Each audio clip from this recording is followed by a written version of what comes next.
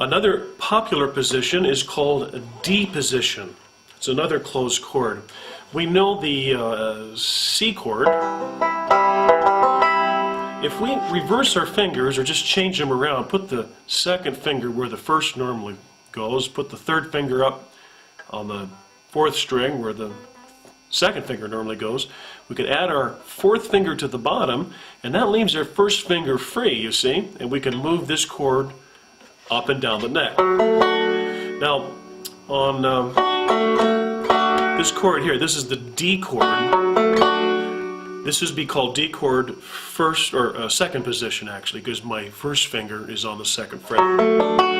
The same principles apply to this as the closed F chord that we use.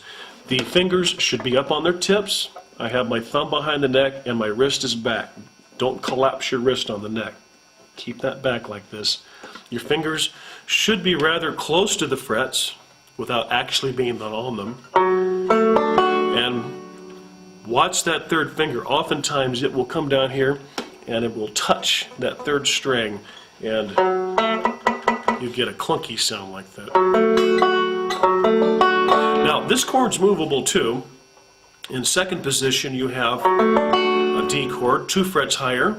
Fourth position is E. 1 fret higher to the 5th fret. Fifth position you have F. 2 frets higher you have G. 2 frets higher you have A. That's at the 9th fret. 2 frets higher to the 11th fret you have B. And 12th fret you're back to C again.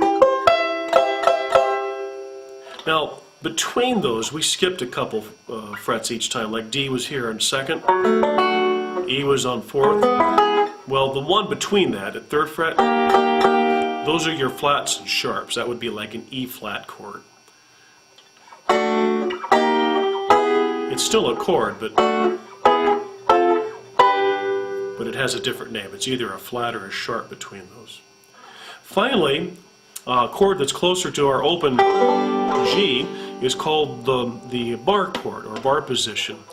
We just simply put a finger all the way across all the strings, usually the first finger.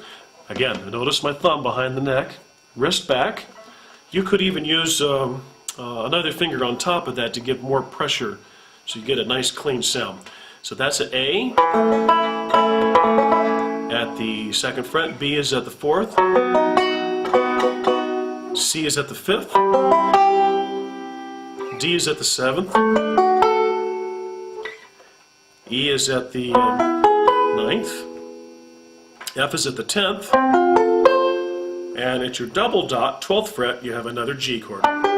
So the G chord in open position is the same as at the 12th position.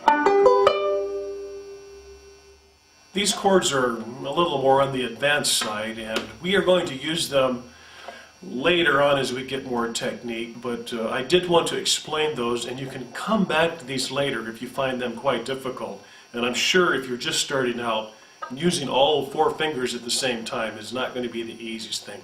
It will come in time, but at least we'll have this for reference. We're going to do one more exercise using these chords together. This is example number 21.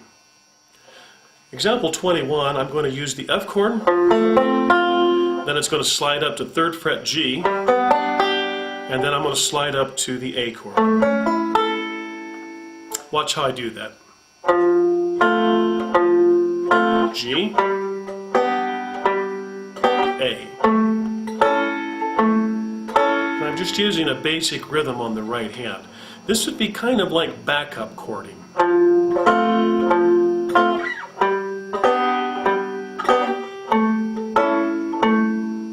On the next line, I'm going to use D position. First finger's at 2nd fret, that's a D chord. 2 frets higher to E, and 1 fret higher to F. Watch that again. This is the second line on example 21.